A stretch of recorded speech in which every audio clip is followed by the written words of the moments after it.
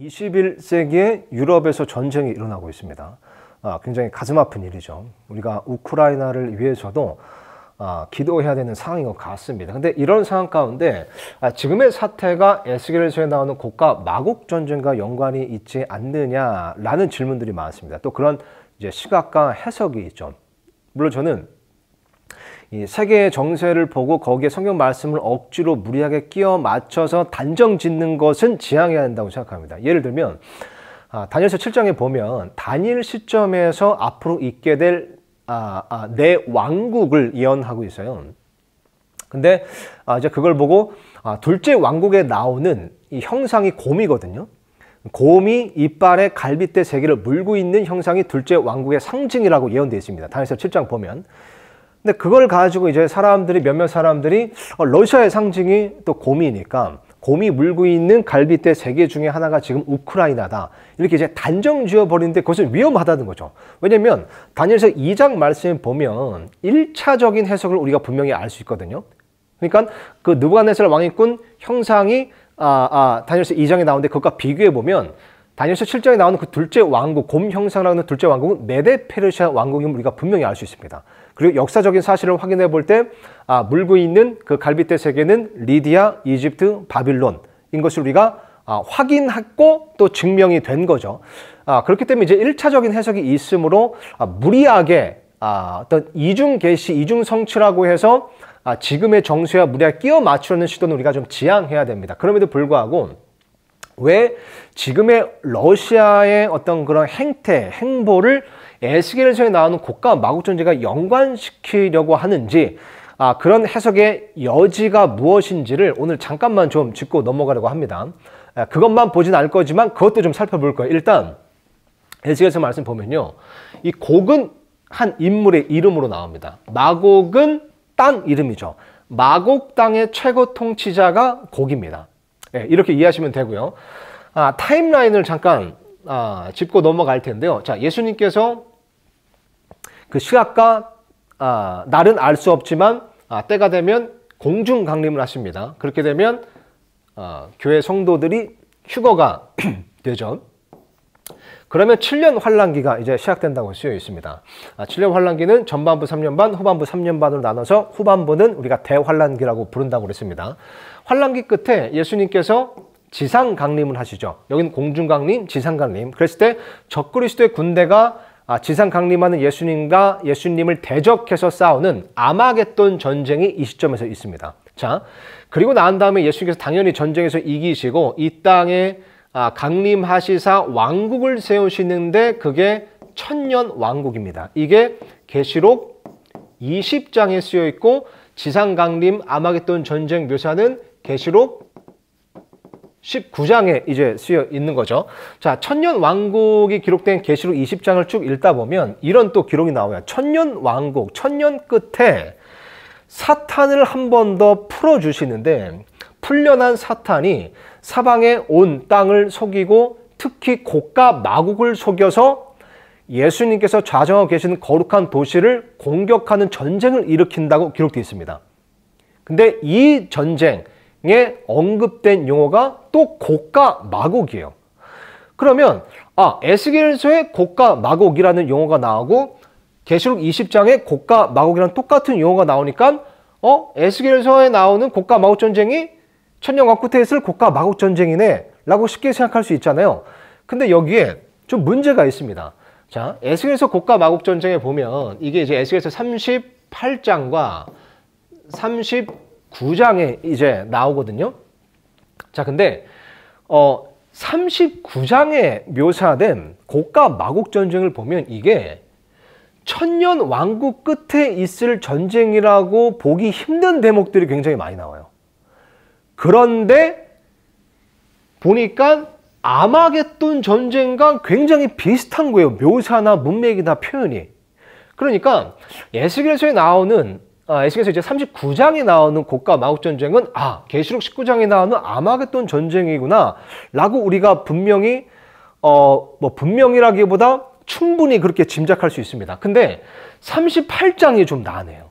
38장을 보면 원래 1차적인 해석은 그래서 저도 이것을 이제 지지하는 편인데 39장은 계시록 19장에 나오는 아마겟돈 전쟁이고 38장은 천년왕국 끝에 있을 고가 마국 전쟁이다. 이렇게 보는 게 이제 1차적인 해석으로 이제 봅니다. 그럼에도 불구하고 38장을 보면 아마겟돈 전쟁이 아닌 것이 분명한 대목들이 나오는 반면에 또한 천년왕국 끝에 있을 고가 마국 전쟁도 아닌 것 같은 대목들이 꽤 나와요. 그러니까 38장을 엄밀하게 들여다보면 이게 지금 아마겟돈 전쟁과 천년왕국 끝에 있을 전쟁의 어떤 중첩되는 기록인가? 그러니까 이중 계시, 이중 성취로서 어떤 부분은 아마겟돈 전쟁, 어떤 부분은 천년왕국 끝 전쟁 이렇게 중첩된 기록인가? 라고 보여지기도 하고요. 아니면 이것도 아니고 이것도 아닌 완전 다른 전쟁의 묘사처럼 보이기도 합니다. 좀 이따 왜 그런지를 살펴볼 겁니다. 왜 그런 여지가 있는지를 살펴볼 겁니다. 그리고 또 보니까 38장에 나오는 어떤 대목들은 보면 이 시기는 7년 환란기 끝도 아니고 천년왕국 끝도 아니고 7년 환란기 시작쯤인 것 같다라는 추측을 해볼 수 있는 여지가 또 있습니다. 그러다 보니까 자금의 이런 러시아의 행보 그리고 유럽에서 일어나는 어떤 그런 정세를 볼 때 특히 에스겔서 38장의 기록과 연관이 있는 것이 아니냐라는 시각 그리고 그런 이제 해석이 있는 거죠. 자, 그래서 오늘 이것들을 좀 한번 총정리 한번 해보겠습니다. 자, 그 전에 이것을 조금 이해하시면 좋습니다. 그러니까 성경의 예언 기록을 보면요, 그것이 이중 계시, 이중 성취인 것처럼 보이는 대목이 많거든요. 우리가 예전에 그 이제 적그리스도 총정리 할 때도 다니엘서 8장 이런 말씀 보면 이중 계시로서, 이중 성취로서 역사적인 한 인물을 예언하기도 하지만 더 나아가서 7년 환란기 때 쓸 적그리스도를 예표하는 그런 이중적 계시, 이중적 성취임을 우리가 살펴봤습니다.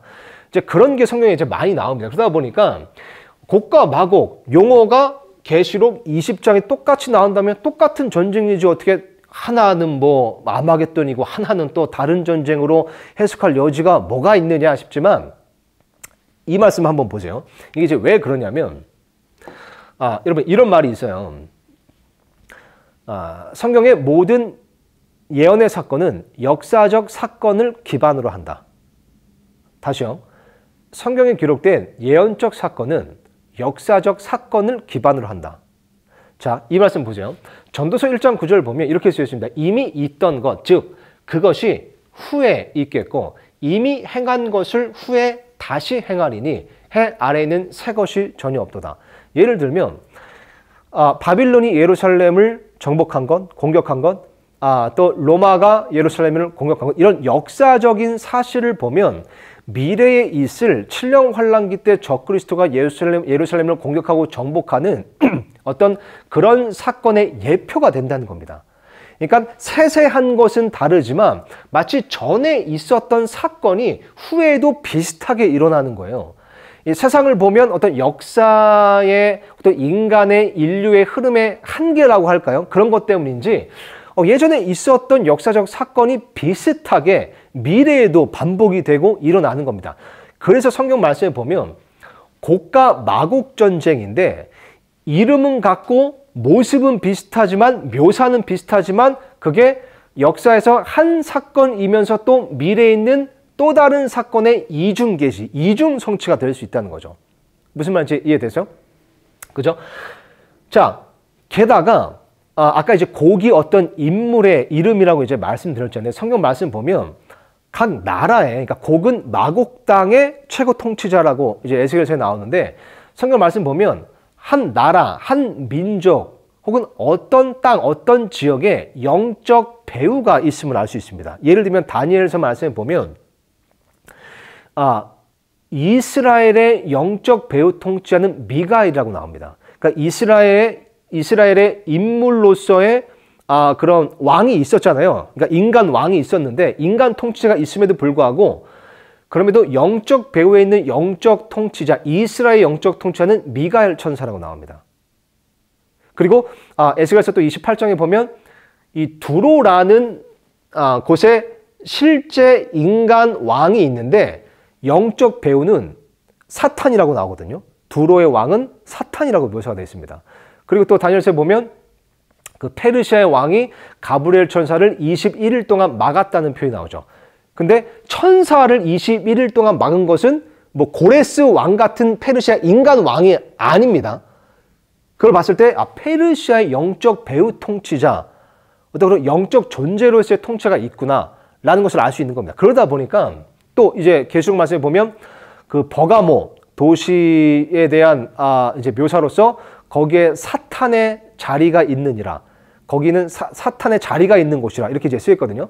그런 걸 볼 때 영적 세계의 영적 배후가 각 민족, 각 나라마다 있다는 거예요. 그러니까 봤을 때 이제 이라는 이제 인물이 어떤 인간의 통치자일 수 있지만 그 영적 배후에는 좀 이따 살펴볼 거지만 어떤 마귀와 관련된 그런 영적인 또 통치자가 있어서 이 사건 때는 어떤 인물을 사용한 것이고 또 천년왕국 끝에는 다른 인물을 사용했지만 그게 곡이라는 천사적인 존재로서 영적 배우인 거죠. 그 민족과 그 나라에. 이렇게 좀 이해하시면 됩니다. 그러다 보니까 이게 이렇게 이제 보는 게 성경 해석에서도 문제가 없다는 걸 좀 말씀드리는 겁니다. 무슨 말인지 아시겠죠? 자, 그러면 에스겔서, 오늘 이제 에스겔서에 나오는 곡과 마곡 전쟁에 대해서 중점적으로 살펴볼 텐데, 자, 그것이 이 요한계시록에 나오는 19장, 20장에 나오는 아마겟돈 전쟁, 그리고 천년왕국 끝에 있을 곡과 마곡 전쟁, 이것과 어떻게 비교되는지를 먼저 살펴보기 위해서 계시록에 나오는 전쟁부터 특징만 좀 정리하고 넘어가겠습니다. 자, 요한계시록에 나오는 아마겟돈 전쟁에 관한 대목입니다. 16장에도 좀 나오는데요. 12절부터 보겠습니다. 자, 특징을 제가 몇 가지 표시할 테니까 이걸 기억하면서 보시면 좋습니다. 자, 여섯째 천사가 자기 병을 큰 강 유프라테스 위에 쏟아 부음에 그것에 물이 말라서 동쪽의 왕들의 길이 예비되더라. 또 내가 봄에 개구리 같은 부정한 영 셋이 용의 입과 짐승의 입과 거짓 대언자의 입에서 나오더라. 그들은 마귀들의 영들로서 기적들을 행하며 땅과 온 세상의 왕들에게 나아가 하나님 곧 전능자의 저 큰 날에 있을 전쟁을 위하여 그들을 모더라. 자, 유념하셔야 될게요. 마귀가 누구와 하나님 곧 전능자의 저 큰 날에 있을 전쟁, 그러니까 예수님께서 재림, 지상 강림하시는 그 날을 위해서 예수님을 대적하기 위해서 전쟁을 일으키는 게 아마겟돈 전쟁이라는 겁니다. 게다가 그 전쟁을 위해서 군대를 모으는데 중요합니다. 땅과 온 세상의 왕들에게 나아가. 그러니까 이 시점은 7년 환란기 끝부분이기 때문에 이미 적그리스도가 사탄의 화신인 적그리스도가 온 세상을 정복하고 통일시킨, 그죠? 그런 단일 정부를 이룬 시점이잖아요. 그러니까 온 세상의 모든 왕들을 다 끌어모을 수 있습니다. 그죠? 다 동원시킨 겁니다. 그러니까 전 세계에 있는 모든 군대들이 다 모여서 누구를 대적하는 전쟁을 일으키는 거다? 예수님을 대적하는 전쟁을 일으키는 겁니다. 그게 아마겟돈 전쟁입니다. 자, 계속 읽어보겠습니다. 보라, 내가 도둑같이 오나니 깨어있어 자기 옷을 지키고 벌거벗고 다니지 아니하여 그들에게 자기 수치를 보이지 아니한 자는 복이 있도다. 그가 히브리 말로 아마겟돈, 그죠? 여기 나오죠? 아마겟돈 전쟁인 거 알 수 있습니다. 아마겟돈이라 하는 곳으로 그들을 함께 모으더라. 일곱째 천사가 자기 병을 공중에 쏟아 부음에 큰 음성의 하늘의 성전에서 왕자로부터 나와서 이르되, 이것도 중요한 표현입니다. 다 이루어졌도다. 자, 아마겟돈 전쟁이 일어나는 시점에서 일곱째 천사가 자기 병, 일곱째 병을 쏟아 부었는데 그러면서 다 이루어졌도다 라고 이제 선포를 해요. 이것도 기억하시면 좋습니다. 자, 다음 구절 보니까 음성들과 천둥들과 번개들이 있었고 또 큰 지진이 있었대. 아마겟돈 전쟁 때 일어나게 되는 어떤 지질학적 사건이라고 할까요? 보니까 음성들과 천둥들이 있고요. 그죠? 번개들이 있습니다. 또 큰 지진이 있네요. 그죠? 큰 지진이 있었는데 지진이 얼마나 크고 강력한지 사람들이 땅 위에 있은 이래로 그와 같은 것이 없었더라. 그 큰 도시가 세 조각으로 갈라지고 민족들의 도시들도 무너지며 또 큰 바빌론이 하나님 앞에 기억되어 그분께서 그녀에게 자신의 맹렬한 진노의 포도즙 잔을 주시니라 자, 그러면서 또 모든 섬이 사라지고 산들도 보이지 아니하더라. 아마겟돈 전쟁이 일어났습니다. 뭐 천둥도 있고 번개도 있는데 가장 대표적인 게 큰 지진이 있습니다. 큰 지진이 일어남으로써 대대적인 지각 변동이 일어나죠. 섬들이 다 사라지고 산들이 보이지 않게 돼요. 그러니까 아마겟돈 전쟁이 끝나고 천년 왕국이 시작되면 그 천년 왕국에는 산들이 없는 겁니다. 그래서 시편 말씀 보면 예수님께서 좌정하시는 예수님께서 이제 거하시는 그 성전이 세워지는 시온산이 전 세계에서 가장 높은 산이 돼요. 지금 시온산은 어림도 없습니다. 지금 시온산은 가장 높지 않아요. 그죠? 근데 이때가 되면 다른 산들은 다 없어지고 사라지기 때문에 시온산이 가장 높게 되는 겁니다. 이것도 중요한 포인트입니다. 이것도 기억하시면 좋습니다. 아마겟돈 전쟁이 끝나면 산들이 없구나. 그래서 천년 왕국 때는 산들이 없구나. 라는 것도 우리가 힌트로 기억할 필요가 있습니다. 자, 아마겟돈 전쟁 계속해서 보겠습니다. 21절 또 무게가 각각 1달란트나 되는 큰 우박도 나오네요. 우박이 하늘에서 나와 사람들을 위해 떨어짐에 사람들이 우박의 재앙으로 인하여 하나님을 모독하니 이는 그것의 재앙이 지극히 컸기 때문이더라. 큰 우박, 큰 지진, 번개, 천둥, 산들이 없고 섬들이 사라진 거 기억하시면 되겠습니다. 자, 아마겟돈 전쟁 16장 봤고요. 17장에 나오는 기록도 보겠습니다. 너가 본 뿔은 왕인데 그들이 아직 아무 왕국도 받지 못하였으나 그 짐승과 더불어 1시간 동안 왕으로서 권능을 받느니라. 이들이 한 생각을 가지고 자기들의 권능과 힘을 그 짐승에게 주리라. 그 짐승 적그리스도죠. 그러니까 이 세상을 다스리는, 그러니까 7년 환란기 때 온 세상을 다스리는 왕이 한 생각을 가지고 모든 힘과 권능을 적그리스도에게 다 주는 겁니다. 완전한 단일 정부를 이룬 거죠. 적그리스도가. 이들이 중요합니다. 어린 양과 전쟁을 하려니와. 아마겟돈 전쟁 묘사인데 아마겟돈 전쟁은 누구와 하는 전쟁이다? 어린 양, 예수님을 대적해서 일으키는 전쟁입니다. 어린 양께서 그들을 이기시리니 그분은 주들의 주시오 왕들의 왕이시며 또 그분과 함께 있는 자들을 부르심을 받고 선전된 신실한 자들이나 하더라. 자, 19장 말씀 보겠습니다. 또 내가 봄에 예수님께서 지상 강림하시는 그 대목이 19장에 쓰였다고 그랬죠.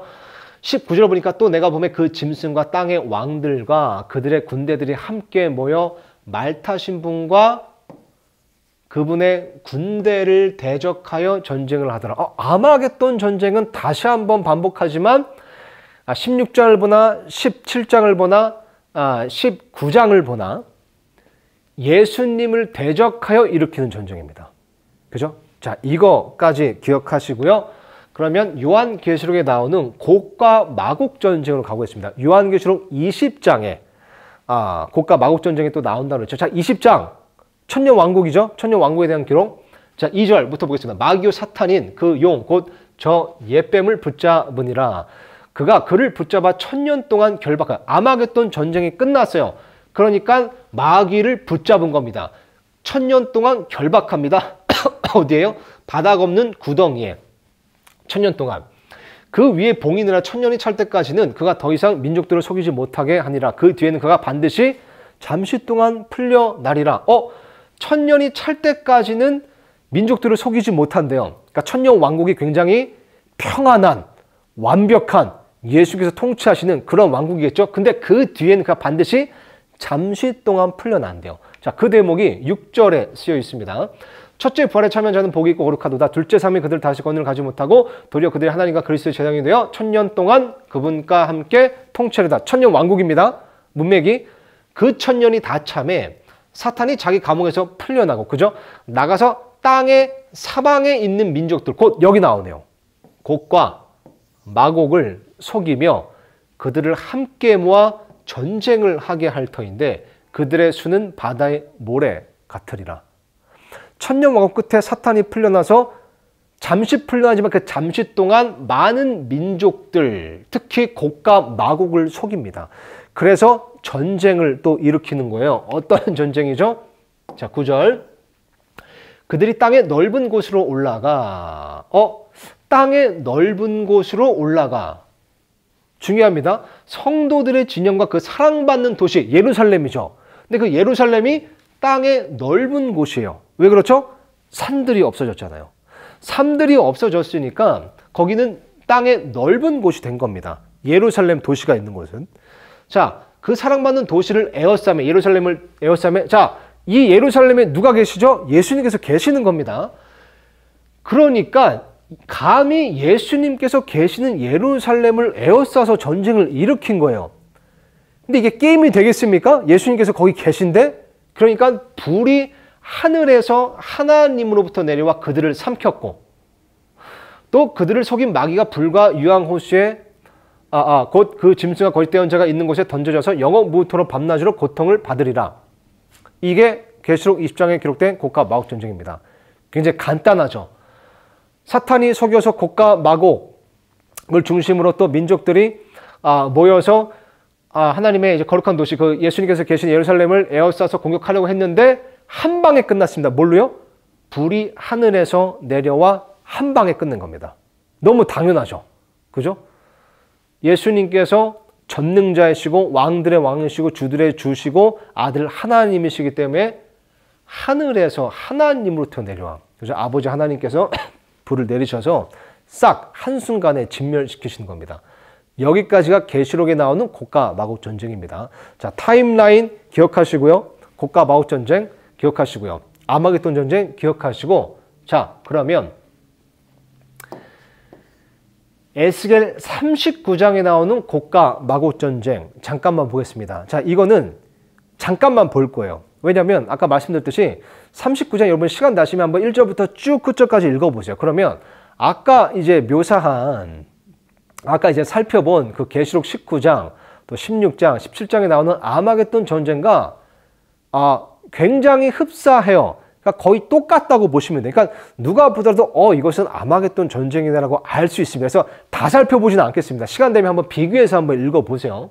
자, 근데 왜 이것이 아마겟돈 전쟁이라고 보니까 이 에스겔 39장에 나오는 것이 아까 요한계시록 19장에 나오는 아마겟돈 전쟁을 보고 왜 천년 왕국 죄송합니다. 자꾸 목이 건조해가지고 그 천년 왕국 끝에 나오는 전쟁 혹은 환란기 시작쯤에 있는 전쟁으로도 볼 수 없는지 그거 잠깐만 짚고 넘어갈게요. 왜 아마겟돈 전쟁이어만 하는지, 쉽게 얘기하자면 왜 두 전쟁의 시점은 될 수 없는지를 짚고 넘어가겠습니다. 보세요. 7절 보면 이와 같이 내가 내 거룩한 이름을 내 백성 이스라엘의 한가운데서 알리며 그들이 다시는 내 거룩한 이름을 더럽히지 아니하게 하리니 내가 주 곧 이스라엘에 있는 거룩한 자인 줄 이 교도들이 알리라. 죄송합니다. 주 하나님이 말하노라. 보라, 그것이 이르렀으며 그것이 이루어졌도다. 이것이 내가 말한 그 날이니라. 아까 아마겟돈 전쟁에 관한 계시록 말씀을 살펴볼 때 다 이루어졌도다라는 천사의 선포가 있었죠. 근데 비슷한 표현이 여기도 나옵니다. 그것이 이루어졌도다. 게다가 보세요. 지금 이 7절은 이 곡과 마곡 전쟁, 39장에 나오는 곡과 마곡 전쟁이 이제 끝나게 되면 어떤 결과가 있을 것인지에 대한 기록 중 하나인데, 보니까 그렇게 되면 그들이 다시는 내 거룩한 이름을 더럽히지 아니하게 하리니. 자, 이 전쟁이 끝나면 이스라엘 백성이, 그러니까 내 백성이죠. 이스라엘 백성이 예수님의 이름을 다시는 더럽히지 않게 된다는 겁니다. 자, 근데 생각해 보세요. 만약에 7년 환란기 시작쯤에 있는 전쟁이라면 그런 일이 일어나지 않죠. 왜냐하면 7년 환란기 동안 유대인들이 여전히 하나님에 대해서 모르고 예수님에 대해서 모르고 예수님을 거부하고 오히려 적그리스도를 메시아로 착각해서 숭배하는 일이 있을 것이기 때문에 일단 7년 환란기 시작쯤에 있는 전쟁은 아닌 겁니다. 그죠? 자, 그리고 22절 보세요. 이로써 그날 이후로는 이스라엘의 집이 내가 주 자기들의 하나님인 줄 알리라. 이것도 아니잖아요. 그죠? 이것만 보더라도 7년 환란기 시작쯤에 있는 전쟁은 아니구나. 왜냐면 7년 환란기 동안은 이런 일이 일어나지 않잖아요. 그죠? 그러니까 아닌 거, 그 시작쯤에 있는 건 아닌 겁니다. 7년 환란기 시작쯤에. 자, 또 보세요. 9절 보면 이스라엘의 도시들에 거하는 자들이 나아가서 무기들 곧 큰 방패와 작은 방패와 활과 화살과 몽둥이와 창에 불을 놓아 7년 동안 그것들을 불로 태우리라. 이렇게 쓰였습니다. 그러니까 이 전쟁이 끝나면 7년 동안 그 패배한 그 고가 마곡의 그 군대들의 시체, 무기들을 처리하는 시간이 7년이 걸린대요. 그래서 14절 보세요. 그들이 계속해서 일할 자들을 따로 구별하고 그 땅을 지나다니며 통행자들과 더불어 지면에 남아있는 자들을 묻어 그것을 정결하게 하고 또 7달이 끝난 뒤에 그들을 살피리라. 자, 보세요. 천년 왕국이 끝나면 바로 새하늘과 새 땅이 생깁니다. 그러니까 지금 이 땅과 이 세상, 하늘은 다 정결하게 되고 혹은 사라지고 새하늘과 새 땅을 만드시는 겁니다. 우리가 새하늘과 새 땅으로 들어가는 겁니다. 천년 왕국이 끝나면 바로 새하늘과 새 땅으로 가는 겁니다. 더 이상 이 땅과 하늘은 보이지 않는다고 쓰여 있습니다. 21장에 보면. 자, 근데 이게 만약에 계시록 20장에 나오는 천년 왕국 끝에 있을 전쟁이라면요. 전쟁이 끝나면 이제는 다 이 땅과 하늘은 없어지고 새하늘과 새 땅이 생기는데 이렇게 되면 7년 동안 이 세상은 남아 있어야 돼요. 그러니까 안 맞잖아요. 이 계시록 구조하고. 그죠? 또 7달 동안 이 땅을 사람들이 정결하게 해야 됩니다. 근데 천년 왕국 끝나면 그럴 필요가 없어요. 그냥 이 세상과 이 땅과 하늘은 없어지거든요. 근데 또 7년 동안 기다려서 정결하게 되고 7달 동안 기다려서 정결하게 되고 정결하게 되면 하나님께서 하늘과 땅을 없애시고 새하늘과 새 땅을 만드신다? 이거는 굉장히 어색한 겁니다. 그러다 보니까 이 39장에 나오는 고가 마욱 전쟁은 7년 환란기 시작쯤에 있는 전쟁이 될 수도 없고 천년 왕국 끝에 있는 전쟁이 될 수도 없는 거예요.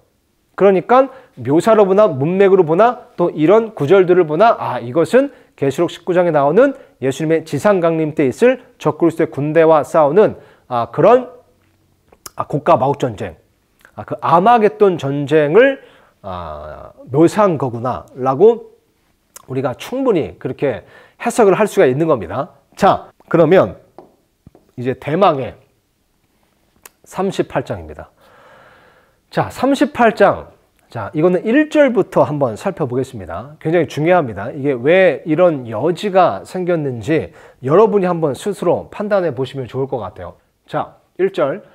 주의 말씀이 내게 임하니라 이르시되 사람의 아들아 너의 얼굴을 곡과 마곡 땅과 메섹과 두발의 최고 통치를 향해 고정하고 그를 대적하여 대언하며 이르기를 주 하나님 이같이 말하노라. 보라, 오 메섹과 두발의 최고 통치자 고가 내가 너를 대적하노라. 자, 곡이 있는데 보니까 메섹과 두발의 최고 통치자입니다. 그러니까 곡이라는 인물은 마곡 땅 포함해서 메섹, 두발의 최고 통치자인 겁니다.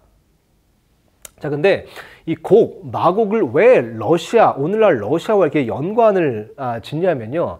이거는 뭐 성경 말씀을 근거로 이렇게 해석하는 것이 아니라 이제 역사학자들이 이렇게 공부한 내용을 바탕으로 이것을 이제 생각해 봤을 때 이제 이렇게 된다는 거예요. 이런 해석이 있습니다. 여기 보면 메섹과 두발의 최고 통치자, 이게 이제 영어로 chief라고 되어 있습니다. 근데 이제 히브리어 원어는 로시라고 되어 있어요. 근데 성경 말씀에 보면 이 로시라는 단어가 히브리어로 쓰일 때 고유명사 로시가 있고 일반 명사 로시가 있습니다. 일반 명사로 쓰일 때는 최고 통치자라는 의미를 가지고 있는데 로시라고 고유명사로 쓰일 때는 어떤 사람의 이름이면서 어떤 민족의 이름이 되는 거예요. 근데 러시아의 어원이 로시라는 겁니다. 그리고 또 이제 그 로시라는 인물을 이제 또 연대적으로 또 이렇게 살펴보면 이제 루스라는 땅에 정착을 해서 루스 땅의 민족들을 또 형성을 했대요. 근데 그 루스 땅이 지금의 어느 나라들을 포함하냐면 러시아, 우크라이나, 벨라루스를 포함한 땅입니다. 게다가 이 메섹의 히브리어 발음은 메스헤우입니다. 근데 모스크바의 원래 명칭이 모스헤우죠. 그리고 두발의 어원이 두볼스키래요. 다시 두볼스크. 두볼스크는 러시아의 한 도시 이름이죠. 그러다 보니까 매색, 두발, 마곡 땅, 혹은 여기 이제 최고 통치자. 사실 이 부분은 저는 이제 영어 킹짐 성경의 이제 건의를 믿기 때문에 이게 뭐 하나님의 언어 유의다 뭐 이렇게 볼 수 있다고 할지라도 1차적인 해석, 1차적인 번역은 최고 통치자가 맞다고 봅니다. 근데 이제 이런 것들을 봤을 때 이 어떤 마곡 땅, 매색, 두발의 위치는 지금의 러시아 지역인가 보다, 또 우크라이나와 벨라루스를 포함하는 땅이 되고, 그 땅의 최고 통치자가 누구겠느냐? 지금 러시아 이제 대통령이다. 이제 이렇게 보는 거죠. 자, 그리고 이것이 아니더라도 이제 보면요. 자, 마곡이라는 이름은요, 사실 창세기 10장에 나오는 사람의 이름입니다. 그러니까 창세기 10장에 보면 이제 노아 대홍수 때 노아 8가족이 살아남았잖아요. 그때 그랬을 때 이제 노아의 세 아들 셈, 함, 야벳이 있었습니다. 그래서 결국 그 셈, 함, 야벳을 통해서 지금의 전 세계 사람들이 이제 퍼져나가게 된 거죠. 그 전 세계 사람들의 조상이 셈, 함, 야벳인 겁니다. 그래서 이제 야벳을 조사해 보면 이 야벳의 자손들은 유럽 쪽으로 이렇게 퍼져나가서 지금의 유럽 사람들이 이제 야벳의 자손들이다 이렇게 이제 부릅니다. 뭐 DNA 지도를 그려보면 또 그렇게 되는데요. 근데 이 마곡은 야벳의 아들로 나옵니다. 근데 요세푸스 1세기 이제 유대인 역사학자인 요세푸스의 증언에 따르면요, 이 야벳의 아들인 마곡이 이렇게 역사적으로 또 이렇게 공부를 해보면 이 사람들이 이제 스키티아 사람들의 이제 조상이 됐다는 겁니다. 그러니까 이 BC 11세기부터 AD 2세기까지 유럽의 북동쪽, 흑해 북쪽, 카스피해 부근에서 이제 민족을 이뤄서 산 사람들인데, 자, 이 지역이 바로 지금의 우크라이나, 러시아, 크리미아, 그루지아가 되는 겁니다. 러시아가 크림반도 이렇게 습격도 했었잖아요. 지금 또 우크라이나하고 이제 싸우고 있고요. 그다음에 이제 마곡은 뭐 이렇게 보나 저렇게 보나 마곡 땅은 지금의 이제 어떤 러시아, 우크라이나를 포함하는 이런 이제 흑해 북쪽, 카스피해 부근, 유럽의 북동쪽일 것이다라고 이제 역사학자들은 그렇게 이제 추정을 하는 겁니다. 그리고 매색도 야벳의 아들이에요. 이 또 야벳의 아들이 이제 매색을 또 거슬러 올라가면 역사학적으로 이제 공부를 해보면 이 사람들은 터키 동쪽의 아르메니아 있죠. 그러니까 흑해와 카스피의 중간에 있는 아르메니아라는 곳이 있습니다. 국가가 있습니다. 이 아르메니아 사람들의 조상이 이제 매색일 거라고 얘기를 합니다. 그리고 이제 두발을 보면 또 요세푸스의 증언에 의하면 이 두발도 야벳의 또 다른 아들이에요. 갑바도기아로 퍼져서 여기서 민족을 이뤘는데 그것은 잘 안 보이네요. 터키 북쪽인 겁니다. 그죠? 터키가 이렇게 쓰면 북쪽이 갑바도니아라는 이제 곳이 있는데 거기에 이렇게 민족을 이뤘던 것이 이제 두발이 그 민족의 이제 조상이다 이렇게 보는 겁니다. 그렇게 봤을 때 이제 지도를 그려보면 유럽의 이제 북동쪽 흑해, 카스피해 그 부근의 땅이 마곡, 매색, 두발이라고 우리가 볼 수 있는 거죠. 자, 이거를 염두에 두시고 자 4절부터 보겠습니다. 내가 너를 뒤로 돌이켜 갈고리로 너의 아가리를 깨고, 이제 너가 누구죠? 곡입니다. 곡을 대적하여 대언한다고 하셨잖아요. 돌이켜 갈고리로 내 아가리를 깨고, 이게 갈고리로 아가리를 깬다 이 표현이 에스겔서 29장인가? 29장에 보면 그 이제 마귀 그 용에 대한 기록이나 그 묘사가 나오는데 거기에 하나님께서 갈고리로 그 용, 마귀, 사탄의 아가리를 꿰신다는 표현이 나옵니다. 그렇게 봤을 때 이 곡은 마귀와 연관이 있는 걸 알 수 있죠. 그러니까 아까 언급했듯이 곡이라는 게 인물이지만 그 영적 배우, 그 마곡 땅의 영적 배우로서의 영적 존재로서의 통치자는 마귀일 것이라고 추정을 하는 겁니다. 자, 요 이제 대목을 보고요. 자, 보니까 너와 내 온 군대와 말과 기병들 곧 온갖 종류의 갑옷을 입은 모든 자들, 즉 모든 칼을 죄송합니다. 모두 칼을 다룰 줄 아는 자들로서 큰 방패와 작은 방패를 지닌 큰 무리를 끌어내리라. 또 그들과 함께한 페르시아와 그들과 함께하는 국가들이 또 나옵니다. 곡과 마곡, 매색, 두발 마곡당, 매색, 두발 그 지역의 최고 통치자는 고기 전쟁을 일으키는데 함께하는 연합국이 있어요. 또 그들과 함께한 자 페르시아와 에티오피아와 리비아 곧 모두 방패와 투구로 무장한 자들과 또 고멜과 그의 모든 때와 북쪽 지방의 도갈마의 집과 그의 모든 때와 너와 함께한 많은 백성을 내가 끌어내리라. 그러니까 이 곡과 마곡 전쟁은 곡이라는 인물을 중심으로 이런 나라들이 연합해서 함께 싸우는 전쟁인 겁니다. 그러니까 곡과 마곡 전쟁의 표현보다 사실 곡과 연합국의 전쟁이라는 표현이 더 맞을 수도 있겠죠.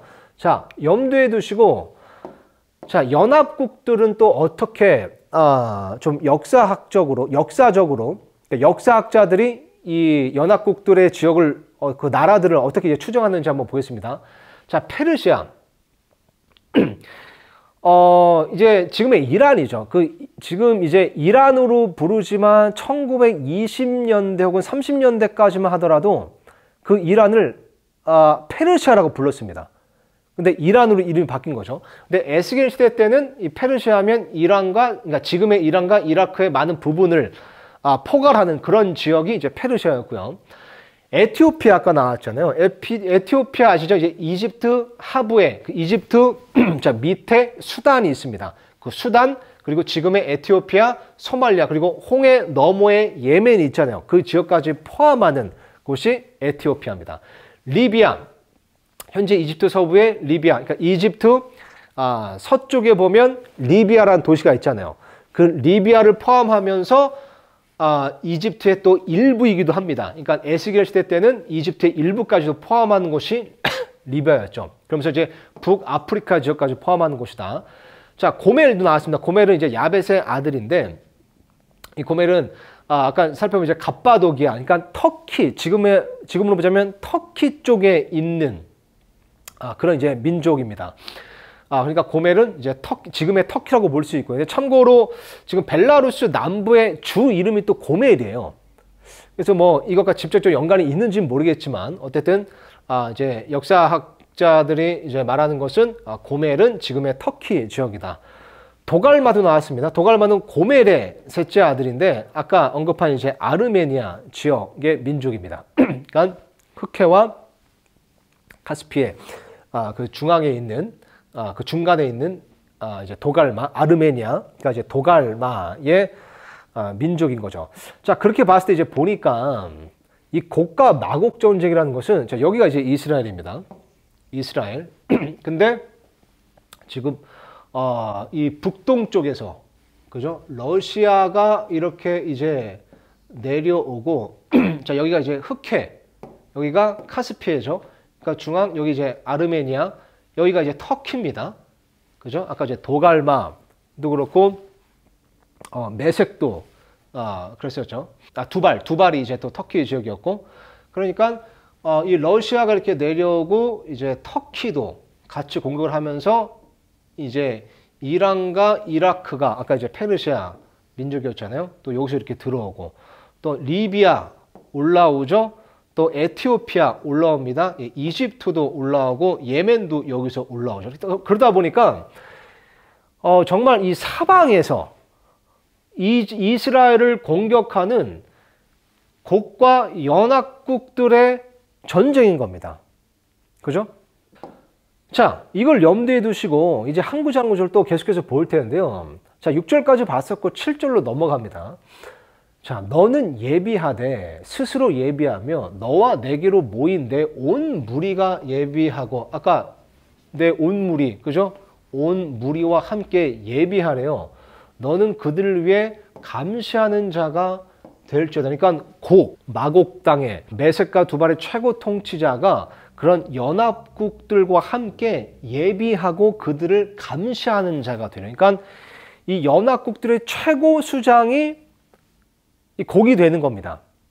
그러니까 마치 지금 현대 지도로 적용해 보자면 러시아가 이런 중동의 연합국들의 수장, 중심으로서 이들을 위해 감시하는 자가 되고 이들을 보호해 주는 자가 된다는 거예요. 자, 그런데 이들이 자 지금 예비하며 온 무리가 예비하고 라고 나오잖아요. 그러니까 이게 보면 갑자기 야 우리 뭉쳐 모여 해가지고 갑자기 쳐들어가는 게 아니에요. 보세요. 많은 날 뒤에 전쟁이 일어나는 거예요. 그러니까 계속 지금 이 중동의 연합국들과 이 러시아라고 편의상 하겠습니다. 러시아가 계속 지금 예비하고 동맹을 맺고 준비하고 있는 그런 과정인데 많은 날이 지나면 이스라엘을 치는 일이 있게 될 거라는 게 에스겔 38장에 나오는 고가 마곡 전쟁의 기록이라는 겁니다. 자, 그렇다면 지금 만약에 이 고가 마곡 전쟁이 38장에 나오는 고가 마곡 전쟁이 아마겟돈 전쟁도 아니고 또 천년왕국 끝에 있을 전쟁이 아니고 7년 환란기 시작쯤에 있을 전쟁이라면 지금 이 예비하는 일, 온 무리가 예비하고 준비하는 일, 이 일은 세계 정세를 볼 때 계속 있을 수 있겠죠. 준비되고 예비되고 있겠죠. 그죠? 근데 진짜 세계 정세를 보면 이렇게 예비하는 모습들이 있다는 거예요. 물론 이게 이 많은 날, 이 기간이 얼마나 길지는 아무도 모릅니다. 그죠? 마치 우리가 휴거 날짜를 알 수 없는 것처럼 예수님의 재림이 언제인지를 정확히 알 수 없는 것처럼 알지 못하지만 어쨌든 지금 그 많은 날 뒤에 있을 전쟁을 위해서 예비하는 일이 있을 거라는 거죠. 자, 이거 뉴스 스크립트 좀 몇 개 볼 텐데요. 그 전에 계속 한번 읽어보겠습니다. 8절 보니까. 자, 이게 이제 이 고가 마곡 전쟁, 38장에 나온 고가 마곡 전쟁인데 많은 날 뒤에 너가 징벌을 받으니 곧 마지막 해들에 너가 칼에서 벗어나 되돌아온 땅, 즉 많은 백성에게서 거두어진 땅으로 들어가 항상 피폐하던 이스라엘의 산들을 치랴. 자, 중요합니다. 자, 일단 보세요. 누구를 친대요? 이스라엘을 치는데, 자, 칼에서 벗어나 되돌아온 땅, 이스라엘이죠. 많은 백성에게서 거두어진 땅, 이스라엘이죠. 그러니까 디아스포라, 유대인들이 뿔뿔이 흩어졌는데 1948년 때 이스라엘이 독립을 해서 나라가 세워지게 됐고 유대인들이 지금도 여전히 뿔뿔이 흩어지지만 돌아오고 있습니다. 심지어 이번 러시아 우크라이나 전쟁을 통해서 우크라이나의 많은 유대인들이 고토로 예루살렘으로 이스라엘로 돌아가는 일들이 벌어지고 있대요. 그것만 보더라도 성경의 예언이 지금 계속해서 성취되고 있는 거죠. 물론 7년 환란기 때 대대적으로 모든 유대인들이 다 고토로 돌아갈 거지만 지금도 그런 움직임이 전조로서 이제 있는 겁니다. 그래서 자, 이거 보더라도 지금 이스라엘인데 이스라엘을 또 뭐라고 묘사하냐면 항상 피폐하던 이스라엘의 산들을 치리라.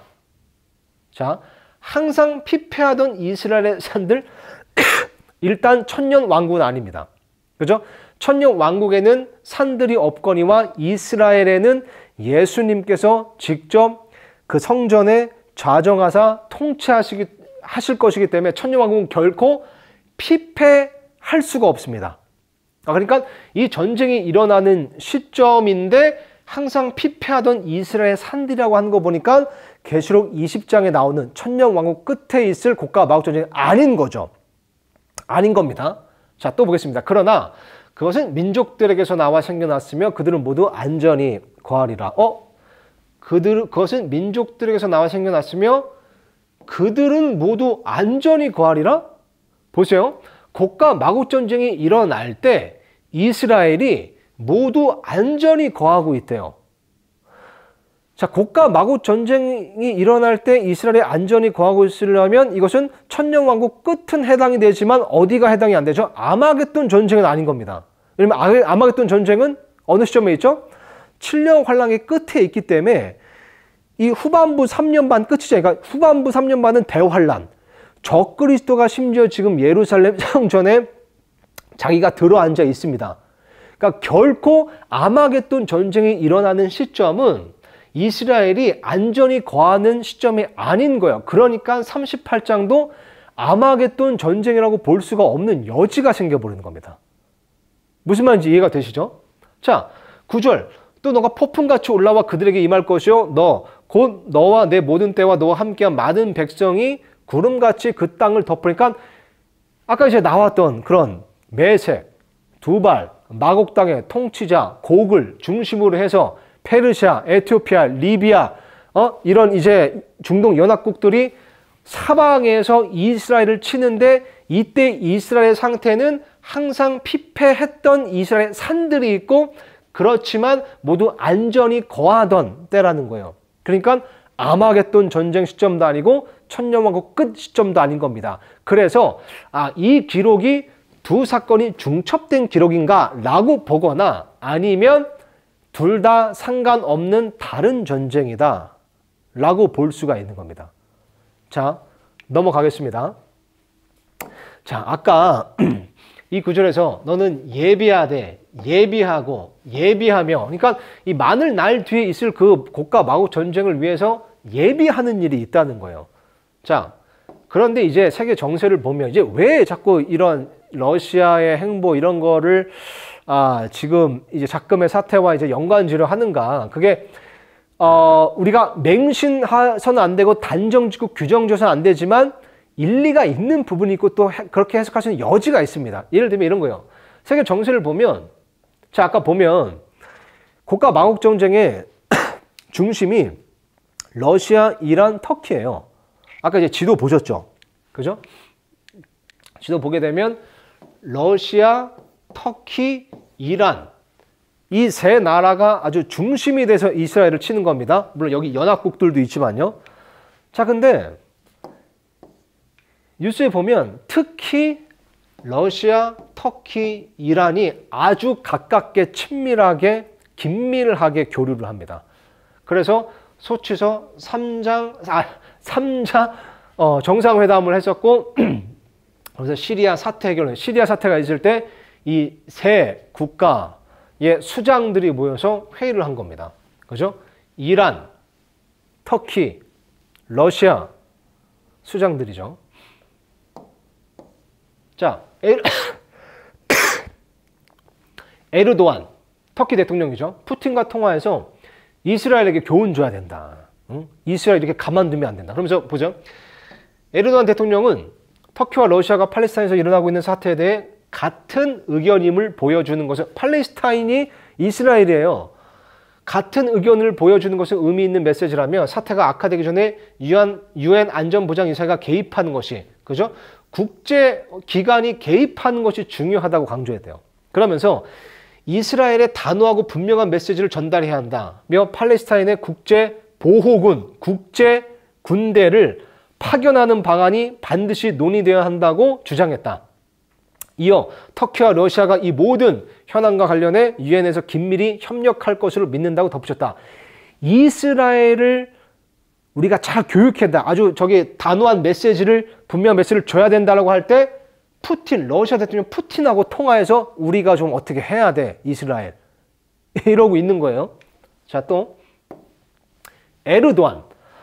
이 에르도안 대통령이 이 터키에 그 이슬람 원리주의를 복구시킨 인물입니다. 그래서 이 2016년이었나요?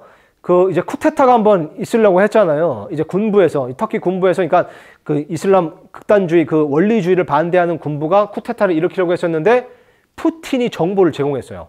이 에르도안 휴가 갔을 때. 그래가지고 쿠데타가 실패한 거잖아요. 근데 그 에르도안이 예루살렘 다종교 국제위원회가 관리해야 된다. 에르도안, 이스라엘은 테러 국가, 국제적 대응 조치 무세. 이스라엘을 굉장히 싫어요, 에르도안이. 이스라엘을 가만 안 놔두려고 합니다. 그러면서 계속 국제사회가 개입해야 되고 국제군대가 개입해야 된다 이러고 있으면서 또 러시아 대통령인 푸틴과 긴밀하게 이제 협력을 하고 있는 거죠. 또 보면 이란도, 이란이 지금 핵시설을 이제 보유하고 있잖아요. 또 핵무기를 보유하고 있는데 그것의 목표는 오로지 이스라엘입니다. 이스라엘 때문에 핵무기를 만드는 거예요. 그러니까 이스라엘이 자꾸 이란의 핵시설을 폭파하려고 하는 겁니다. 폭파했었고. 그러니까 핵시설 이스라엘에 피습했을 때 이스라엘 정권은 위협하면서 터키의 협력을 또 요청해요. 터키야, 우리 좀 도와줘. 이스라엘이 우리 건드렸어. 이 정세가 보이세요? 마곡당과 두발과 메색이 긴밀하게 연결되는 거 보이세요? 정세를 봐도 그렇다는 겁니다. 자, 미 공백 우리가 내운다. 이제 미군이 이제 중동에서 철수했을 때 러시아, 터키, 러시아가 터키와 시리아 접경에 이제 군을 투입하는 일이 또 있었습니다. 그래서 미국이 중동 문제에서 발을 빼는 사이 러시아가 중동 내 영향력을 확대합니다. 자, 곡이 중동 연합국과 이스라엘을 치는 겁니다. 그죠? 중동 내 영향력을 누가 확대했다고요? 마곡 땅에 있는 곡이 확대하게 되는데 세계 정세에서도 이제 러시아가 그런 행보를 이제 보이고 있는 겁니다. 자, 시리아 내전이 있을 때 7년 내전 결론은 결국 러시아, 이란, 터키의 나눠 먹기가 됐다. 그죠? 마곡 땅 메색 두 발의 최고 통치자가 바로 곡인 거 기억하시고 중동의 연합국들도 같이 준비하고 예비해서 이스라엘을 치는 것이 에스겔서 38장에 기록된 곡과 마곡 전쟁이다 라는 거 알 수 있죠. 자, 계속해서 한번 보겠습니다. 염두에 두시고요. 10절 주 하나님 이같이 말하노라. 또 바로 그때에 여러 가지 일이 너의 생각 속에 떠올라. 너가 이제 곡입니다. 계속. 너가 악한 생각을 하며 말하기를 내가 성벽을 두르지 않은 마을들이 있는 땅으로 올라가리라. 이스라엘 땅을 묘사하는데 성벽을 두르지 않은 마을이래요. 그러면서 이 구체적인 의미가 무엇이냐. 내가 성벽도 없고 빗장이나 성문도 없이 거하는 모든 자들 곧 안식하면서 안전히 거하는 자들에게로 가서 이게 또 힌트입니다. 일단 아마겟돈 전쟁은 아닌 것에 대한 힌트가 되죠. 왜 그렇죠? 아마겟돈 전쟁이 일어나는 시점, 그 7년 환란기 때는 결코 이스라엘 민족, 이스라엘이 안식하면서 안전히 거하는 때가 아닙니다. 심지어 아마겟돈 전쟁 때는 이스라엘 예루살렘에 적그리스도가 들어서 있습니다. 적그리스도의 도시예요. 그러니까 이게 만약에 이 곡과 마곡 전쟁, 이 에스겔서 38장에 나온 곡과 마곡 전쟁이 아마겟돈 전쟁이라면 어떻게 되는 거죠? 곡과 마곡 중동 연합국들이 적그리스도를 치러 올라오는 거예요. 왜냐면 이때 이스라엘에는 적그리스도가 있으니까. 그러니까 아마겟돈 전쟁은 아닌 겁니다. 또 성벽을 두르지 않는 말. 천년 왕국에 보면 이 에스겔서 이제 40장 이후에 보면 천년 왕국 때 세워질 천년 왕국 성전, 에스겔 성전이라고도 하죠. 예, 묘사가 나오는데 거기 보면 굉장히 큰 성벽이 있는 것처럼 보이기도 합니다. 근데 이게 뭐 문자 그대로 해석할 수도 있고 아니면 안식하는 때라는 것의 어떤 상징적인 의미로도 해석할 수 있지만 어쨌든 염두에 두시고 아마겟돈 전쟁 아닌 거 아시겠죠? 12절 노량물을 취하고 탈취물을 취하리라 하고 그러니까 곡이 중동 연합국들과 이스라엘을 치는 목적, 이유가 나옵니다. 노량물을 취하고 탈취물을 취하리라. 이스라엘에 있는 노량물과 탈취물을 취하려고 전쟁을 일으키는 게 38장에 나오는 곡과 마곡 전쟁이요. 그렇게 봤을 때 아마겟돈 전쟁과 역시 맞지 않습니다. 왜냐하면 아까 살펴봤었죠. 아마겟돈 전쟁은 적그리스도의 군대가 예수님을 대적하기 위해 일으키는 전쟁이에요. 예수님과 전쟁을 하기 위해 일으키는 전쟁이에요. 모으는 군대예요. 이스라엘에 있는 노량물과 탈취물을 취하려고 일으키는 전쟁이 아니라 아마겟돈 전쟁은 확실히 아닙니다. 하고 내 손을 돌이켜서 전에는 황폐하였다가 지금은 사람이 거주하는 곳들과 또 민족들에게서 나와 모여 지내며 이게 지금 일어나고 있죠. 유대인들이 또 우크라이나에 있는 이스라엘 유대인들이 이스라엘로 이제 돌아가고 있는 일들 알리아라고 하죠. 생깁니다. 가축과 재물 얻고 그 땅의 한가운데 거하는 백성 위에 두리니까 민족들에게서 나와 모여 안전히 거하는 그런 이스라엘을 치는 겁니다. 자, 노량물, 탈취물을 취하는 것이 이 전쟁의 목적이라고 성경에서 밝힙니다. 자, 이스라엘에서 최근에 이 골란 고원에서 엄청난 석유가 발견이 됐어요.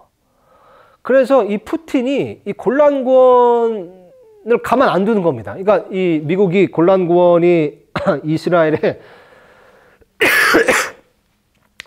이스라엘 소유다라고 이제 얘기를 하니까 푸틴이 막 발끈했잖아요. 이게 왜 이스라엘 거냐. 이러고 엄청 발끈했었던 적이 있었죠. 왜냐하면 골란고원에 엄청나게 많은 양의 석유가 매장되어 있는 것이 발견됐기 때문입니다.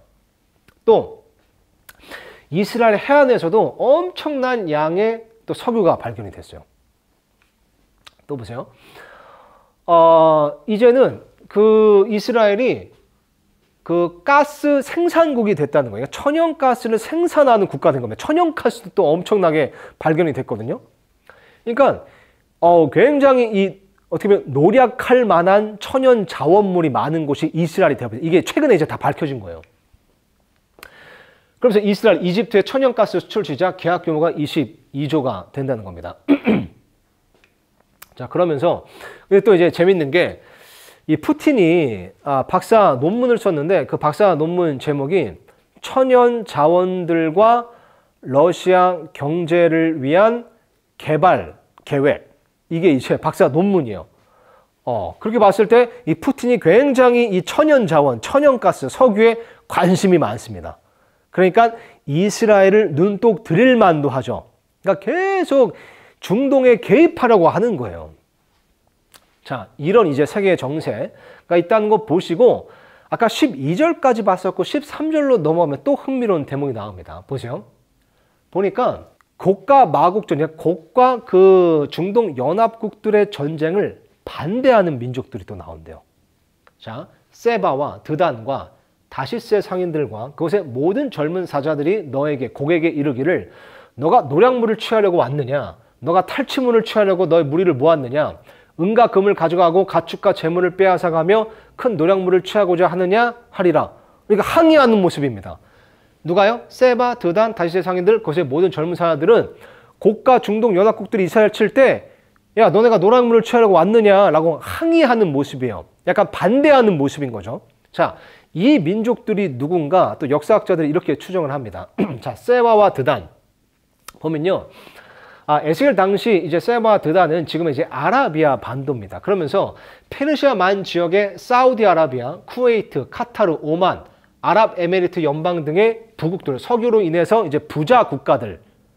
근데 이 나라들 뭐라 그러죠? 걸프 아랍 국가들이라고 하잖아요. 근데 이 페르시아만 걸프 지역의 이제 아랍국들의 특징은 온건한 이슬람 국가로서 이란을 대적하면서 미국 등과 동맹을 맺는 나라들입니다.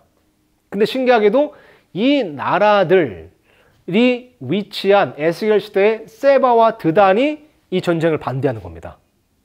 지금의 현대시대에 적용해 보자고 해도 진짜 이런 전쟁이 일어나면 이 나라들은 다 반대할 겁니다. 항의할 거죠. 또 보죠. 다시스의 상인들 나옵니다. 다시스는 야벳의 손자예요. 야벳의 아들 중 하나가 야완인데 야완의 아들이 다시스입니다. 이 다시스를 이제 자손들을 추적해 보면 이 사람들은 이제 서유럽, 지금의 북유럽 국가들을 형성했다고 이제 나옵니다. 그렇게 이제 추정을 합니다. 역사학자들이. 그래서 봤을 때 이제 다시스의 상인들은 이제 서유럽, 북유럽의 이제 국가들이다. 그 유럽 국가들이 지금 이제 푸틴이 이렇게 러시아가 막 우크라이나를 침공할 때 막 반대하고 항의하고 경제 이제 제재를 하는 것처럼 당연히 들고 일어나겠죠. 자, 게다가 그곳의 모든 젊은 사자들도 반대한다고 쓰여 있습니다. 자, 다시스의 모든 젊은 사자, 그러니까 유럽 국가들이 세운 그런 식민족은 신생 국가들이죠. 예를 들면 대영제국 영국이 개척한 젊은 사자들, 즉 그러니까 늙은 사자도 아니고 신생 국가, 젊은 사자, 신생 국가라는 거죠. 캐나다, 오스트레일리아, 미국 등. 그러니까 캐나다, 호주, 미국 등이 어떻게 보면 이제 그 유럽이 세운 신생 국가잖아요. 이제 그 유럽이 이제 그 영국, 대영제국이 이제 개척한 신생 국가들인데 이 나라들도 반대하고 항의한다는 겁니다. 이것도 사실 당연하죠. 미국, 이스라엘을 러시아가 치는데 당연히 가만 안 있을 겁니다. 자, 근데 아까 이제 이 구절을 보면 지금 이 세바, 드단, 다시스 상인들, 그곳의 모든 젊은 사자들이 이제 이런 나라들이라고 추정하는데 이런 나라들이 약간 따지고만 있는 것처럼 보여요. 그냥 항의하고 반대하고 어떤 액션을 취하고 있는 것처럼 보이지 않습니다. 마치 지금도 러시아가 우크라이나를 치는데 실질적인 군사 개입은 안 하잖아요. 뭐 경제 제재 이런 건 하는데 그것처럼 이렇게 따지고 있는 모습만 있는 겁니다. 그렇게 봤을 때, 자, 지금 이제 몇 구절을 보더라도 이 38장에 나오는 곡과 마곡 전쟁이 아마겟돈 전쟁도 아니고 천년왕국 끝에 있을 전쟁도 아닌 것처럼 보입니다. 혹은 두 전쟁이 중첩된 것처럼 보이거나 아니면 둘 다 아닌 다른 전쟁, 즉 환란기 시작쯤에 일어나는 전쟁인 것처럼 보이죠. 그렇게 봤을 때 그러면 자, 환란기 시작쯤에 일어나는 전쟁을 봤을 때 그러면 정확히 휴거 전이냐 휴거 후냐 이걸 가지고 갑론을박이 있습니다. 가타부타. 근데 제가 개인적으로 생각해 봤을 때 지금 만약에 이스라엘과 미국의 동맹 관계는 사실 지금 우크라이나하고는 완전히 다른 입장이에요. 미국이. 그죠? 이스라엘이 만약에 공격을 당한다? 미국이 절대 가만히 안 있습니다. 군사 개입을 무조건 해요. 근데 여기서 이 다시스의 이 상인들, 그것의 모든 젊은 사자들이 그냥 항의만 하고 있는 거 보니까 어쩌면 만약에 이 전쟁이 환란기 시작쯤이라면 휴거 직후가 아니겠느냐도 싶습니다. 왜냐면 사실 미국에 크리스찬이 되게 많잖아요, 여전히. 그러면 휴거가 되면 이 미국의 뭐 대통령은 지금 모르겠지만 어쨌든 많은 또 국회의원의 정치인들이나 또 그런 이제 군사 관계자들이 또 휴거가 될 거란 말이죠. 그럼 미국이 사실 휴거에 가장 큰 타격을 받을 것 같아요. 제가 보더라도 크리스찬이 가장 많은 나라다 보니까. 그러니까 아예 도시가 국가가 마비가 되는 거죠. 그 틈을 타서 러시아가 이제 공격을 강행하는 것이고, 그랬을 때 미국이 너무 혼란스러운 상태이기 때문에 군사 개입을 하지 못하는 이런 거 아닌가. 이게 뭐 소설일 수 있습니다. 소설이죠, 사실. 지금으로서 뭐 정확한 근거는 없으니까. 근데 어쨌든 그렇게도 이제 추정을 해볼 수 있다. 왜냐면 이런 세계적인 정세를 보면 너무나 맞아떨어지는 부분이 있다는 거죠. 다시 말씀드리지만 세계 정세 이것을 억지로 끼워 맞춰서 단정 지르는 것은 아니지만, 마치 예수님께서 무화과 나뭇잎 불 보고 여름이 가까운 줄 아는 것처럼 이런 세계 정세를 볼 때, 전쟁들의 소문을 볼 때 그때 가까웠는지는 알 수 있다고 했잖아요. 그것처럼 이런 것들을 볼 때 여기가 맞아떨어지는 부분을 추정해 볼 수 있다 라는 것까지 하고, 자, 뉴스 한번 보겠습니다. 자, 아까 이제 그 반대하는 나라들 이제 나왔잖아요. 반대국들. 그렇게 봤을 때 재밌는 게요. 자, 이스라엘, 사우디, UAE, 바레인은 이란을 대적하는 방위 동맹을 맺었다는 거예요. 정확히 세바와 드단이죠. 세바와 드단은 이스라엘과 동맹을 맺었기 때문에 고가 마욱 전쟁이 일어났을 때 반대하고 항의하는 일이 있을 겁니다. 또 보니까 이스라엘 외무, 걸프 아랍 국가들과 불가침 조약 추진. 걸프 국가들이 아까 세바와 드단이잖아요.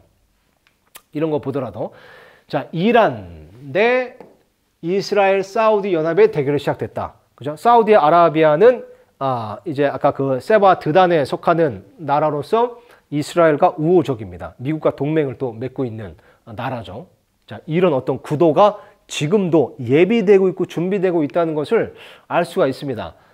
자, 얼마 안 남았습니다. 14절입니다. 아까 13절까지 살펴봤었고 다음 절 14절 보니까, 그러므로 사람의 아들아, 고객에 대언하여 이르기를 주 하나님 이같이 말하노라. 이스라엘의 내 백성이 안전히 거하는 그 날에, 칠령 환란기는 확실히 아니니까 아마겟돈 전쟁은 아닙니다. 너가 그것을 알지 못하겠느냐? 너가 내 초소를 떠나 북쪽 지역에서 나오는, 아까 지도 보셨죠? 북쪽 지역에서 러시아, 터키가 침공을 하는 겁니다. 마곡당, 메색, 두발이 이스라엘을 침공하는 겁니다. 그죠? 북쪽 지역에서 나오리니 너와 및 너와 함께한 많은 백성, 곧 말을 탄 모든 자들과 큰 무리와 강한 군대라. 자, 16절. 너가 그 땅을 덮는 구름같이 내 백성 이스라엘을 치려고 올라오리니 그 일이 마지막 날들에 있으리라. 오 고가, 내가 너를 데려다, 이것도 중요하네요.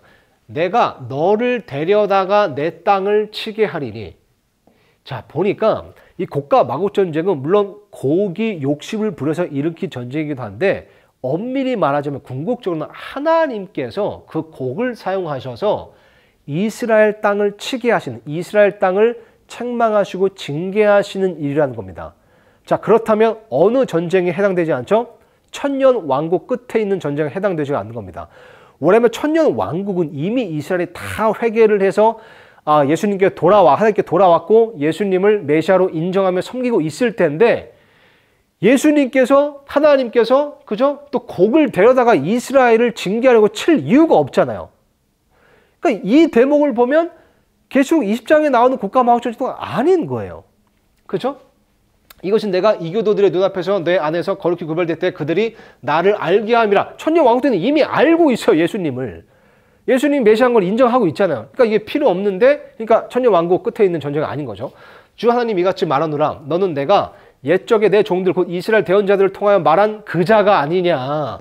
계속 대언하시고 예언하셨다는 겁니다. 내가 계속 이렇게 말을 안 들면 내가 너희를 내게로 돌이키기 위해서 누군가를 보내서 너희를 칠 것이다. 징계하고 책망할 것이다. 심판할 것이다. 라고 계속 대언한 그 자라는 겁니다.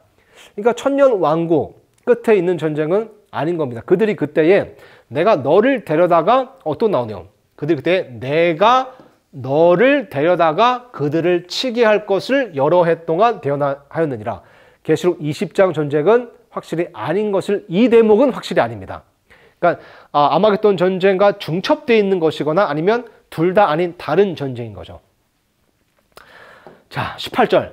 곡이 이스라엘 땅을 치러 오는 바로 그때에, 자, 이제 이 곡과 마곡 전쟁이 어떻게 끝나는지가 마지막으로 나옵니다. 보세요. 아까 이제 아마겟돈 전쟁, 천년 왕국 끝에 있을 곡과 마곡 전쟁 기억하시면서 보세요. 곡이 이스라엘 땅을 치러 오는 바로 그때에 내 경노가 내 얼굴에 나타나리라. 주 하나님 말하노라. 내가 내 질투 속에서 내 진노의 불 속에서 말하였노니 반드시 그날에 이스라엘 땅에 큰 떨림이 있어서, 이건 아마겟돈 전쟁이 어떻게 끝나는지와 비슷한데요. 아마겟돈 전쟁도 큰 지진이 있을 거라고 쓰여있죠. 바다의 물고기와 하늘의 날짐승과 들의 짐승과 땅 위에서 기는 모든 기는 것과 지면에 있는 모든 사람이 내 앞에서 떨며 산들이 무너져 내리고 가파른 곳이 쓰러지며 모든 성벽이 땅에 무너지리라. 이것은 마치 아마겟돈 전쟁 묘사와 굉장히 비슷해 보입니다. 아마겟돈 전쟁이 확실히 아닌 대목들이 많은데 이 부분은 비슷해 보여요. 근데 똑같다고 볼 수 없는 게 아마겟돈 전쟁은 아예 산들이 다시 무너져 내리는 것이 아니라 아예 사라지고 안 보이게 됐습니다.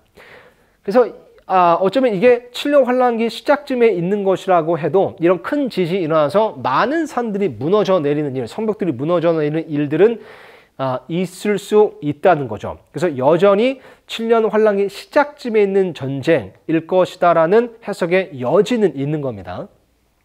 자, 계속해서 보겠습니다. 자, 근데 이게 조금 흥미로운 대목이고 주의해서 봐야 될 대목이에요. 자, 여전히 곡과 마곡 전쟁이 어떻게 끝나는지, 혹은 곡과 마곡 전쟁이 일으켰던 그 민족들을 하나님께서 어떻게 심판하시는지가 나오는데, 자, 보세요. 주 하나님이 말하노라. 내가 칼을 불러 내 모든 산에서 두루 그를 치게 하리니 각 사람의 칼이 자기 형제를 치리라. 내가 또 역병과 피로 그를 심판하고 그와 그의 때와 그와 함께한 많은 백성 위에 넘쳐 흐르는 비와 큰 우박들과 불과 유황을 비를 내리듯 내리리라. 이와 같이 내가 내 자신을 높여 거룩히 구별하여 많은 민족들의 눈에 나를 알리리니 내가 주인 줄 그들이 알리라. 자, 보세요. 천년 왕국 끝에 있는 곡과 마곡 전쟁은 어떻게 끝났죠? 하늘에서 하나님부터 불이 내려와 한순간에 끝났습니다. 그러니까 역병, 피, 굳이 이런 거 필요 없어요. 천년 왕국 끝에 있는 전쟁은 아닌 것 같습니다. 근데 아마겟돈 전쟁에 대한 묘사를 아까 기억해 보자면 거기에는 지진도 있었고 우박도 있었어요. 근데 아마겟돈 전쟁은 계시록 19장 말씀에 보면 그것도 하루 안에 다 끝날 전쟁입니다. 예수님께서 쓸어버리시는 전쟁이죠. 지진 이런 것들이 일어나서 한순간에 하루 만에 끝난 전쟁입니다. 근데 보세요. 내가 칼을 불러 모든 산에서 두루 그를 치게 하니 각 사람의 칼이 자기 형제. 그러니까 중동 연합국들, 곡과 마곡, 중동 연합국들의 전쟁이 있는데 그 민족들이 연합을 했는데 동맹을 맺었는데 동맹이 깨져서 지들끼리 싸우는 일이 생기는 거예요. 그리고 역병이 또 생깁니다. 피로 그를 심판. 이런 것들을 보면 하나님께서 이 곡과 마곡 전쟁에 참여했던 이 민족들을 심판하시는 데는 기간이 좀 걸리는 것처럼 보입니다. 근데 그렇게 봤을 때 여기 나오는 역병, 피, 비, 큰 우박, 불, 유황 이런 것들을 보면 7년 환란기 동안 이 세상에 부어질 하나님의 심판이거든요. 그죠? 물이 피로 변하고 큰 우박, 비가 내리고 불과 유황이 내리고. 그러니까 이것을 봤을 때 또 이제 각 사람의 칼에 자기 형제를 치리라. 서로 전쟁이 계속해서 끊임없이 일어나는 때, 이게 7년 환란기 기간 동안 있을 일이잖아요. 그렇게 봤을 때 이것이 7년 환란기 시작쯤에 있는 전쟁이라면 이 민족들을 심판하시는 그 기간은 아마 7년 동안 될 것이다. 7년 동안 서로 전쟁을 하게 하고 또 역병을 그 심판을 통해 역병을 또한 퍼뜨리시고 또 물이 피로 변하게 하시고 비와 큰 우박과 불과 유황을 내리셔서 7년 동안 이 민족을 심판하시는 겁니다. 그래서 7년이 끝났을 때는 내가 내 자신을 높이고 거룩히 구별하여 많은 민족들에 대해 나를 알린 내가 주인 줄 그들이 알리라. 7년 환란기 끝에요. 그러니까 7년 환란 내내 심판하시니까 7년의 끝에 이제 주를 알게 되는 거죠. 그렇게 봤을 때 내가 칼을 불러. 이 칼을 부르는 게 혹시 적그리스도인가? 왜냐하면 만약 이 곡과 마욱 전쟁, 38장에는 곡과 마욱 전쟁이 7년 환란기 시작쯤에 일어나는 거라면 7년 환란기 시작쯤에 또 어떤 일이 일어나죠? 적그리스도가 등장해서 이스라엘과 평화 조약을 맺는 일이 일어나고 그때 예루살렘에 이 성전을 짓는 것을 허락해 주는 일이 일어납니다. 그렇게 봤을 때 곡과 마국 전쟁이 일어나는데 어쩌면 하나님께서 적그리스도를 불러서 그 전쟁을 끝내시고 혹은 이스라엘을 지키시고 모르겠습니다. 이거는 그냥 추정입니다. 해석 중 하나입니다. 그리고 나서 적그리스도가 이스라엘을 보호해 주면서 이스라엘과 평화 조약을 맺는 거죠. 그리고 이제 적그리스도는 세상을 정복해야 되니까 이런 나라들을 또 치고 정복하는 전쟁을 일으키는 일들을 계속 행하는 겁니다.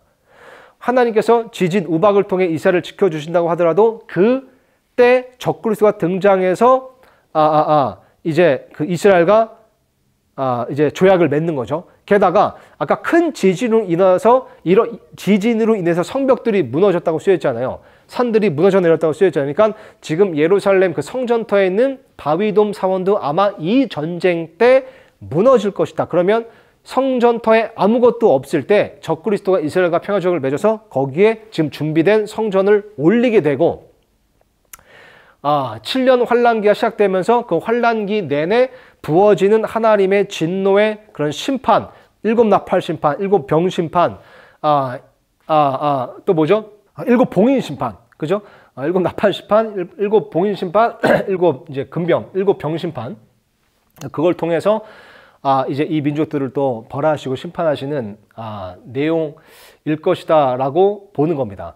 자, 그래서 이 38장 말씀 좀 정리해 보자면요. 보니까 아마겟돈 전쟁이 전혀 아닌 것처럼 보이는 대목이 있어요. 천년왕국 끝에 있을 전쟁이 전혀 아닌 것처럼 보이는 대목이 있어요. 예를 들면 아까 잠깐 지나갔는데 아까 보세요. 아까 그 전쟁을 반대하는 세바, 드단, 다시스, 상해들 이런 민족들이 있다고 그랬잖아요. 근데 생각해보죠. 아마겟돈 전쟁 시점이면 적그리스도가 이미 세계를 제패한 때입니다. 그래서 아까 우리가 아마겟돈 전쟁 보면 모든 왕들을 불러 모은다고 쓰여 있잖아요. 그리고 10왕 모두가 한 마음으로 권능을 넘겨준다고 쓰여 있습니다. 근데 그런 곡과 마국 전쟁이 있을 때, 아마겟돈 전쟁이 있을 때 반대하는 민족들과 국가들이 있을 거다? 이거 좀 맞지 않습니다. 어색합니다. 그리고 천년왕국도 생각해보자면 예수님께서 이제 철권 통치를 하시는 때인데, 물론 천년왕국도 민족들이 있다고 쓰여있지만 이렇게 각 나라들에게 뭐 반대하고 입장을 발표할 만큼의 그런 각 나라의 자치권이 또 있는가, 이런 것도 좀 어색하죠. 그러니까 이런 것들을 봤을 때 이거는 천년왕국도 아닌 것 같고 아마겟돈 전쟁인 건 아닌 것 같으니까 다른 전쟁이구나. 그리고 이제 어떤 이런 심판의 기간, 그리고 심판의 종류, 역병 이런 것들을 보면 이게 7년 환란기 동안 이루어질 일이기 때문에 어쩌면 이건 7년 환란기 시작쯤에 있을 일이구나. 또 세상의 어떤 정세를 볼 때 또 적그리스도가 등장해서 이스라엘과 평화 조약을 맺고 또 다른 나라들을 정복하니 그 이후로 계속 있는 것, 그것을 이런 말씀과 비교해 봤을 때 7년기 시작쯤에 있을 전쟁인 것 같다라고 우리가 해석할 수 있는, 추정할 수 있는 여지가 있다는 거죠. 아니면 어느 부분은 아마겟돈, 어느 부분은 천년왕국, 이렇게 중첩된 그런 기록이던가 둘 중에 하나일 겁니다. 근데 모르겠습니다. 이렇게 쭉 이렇게 한번 살펴봤을 때 분명히 여지는 있습니다. 그죠? 시작쯤에 있을, 천년왕국 시작쯤에 있을 전쟁이라는 것은 여지가 있다는 것. 거기까지 좀 살펴봤습니다.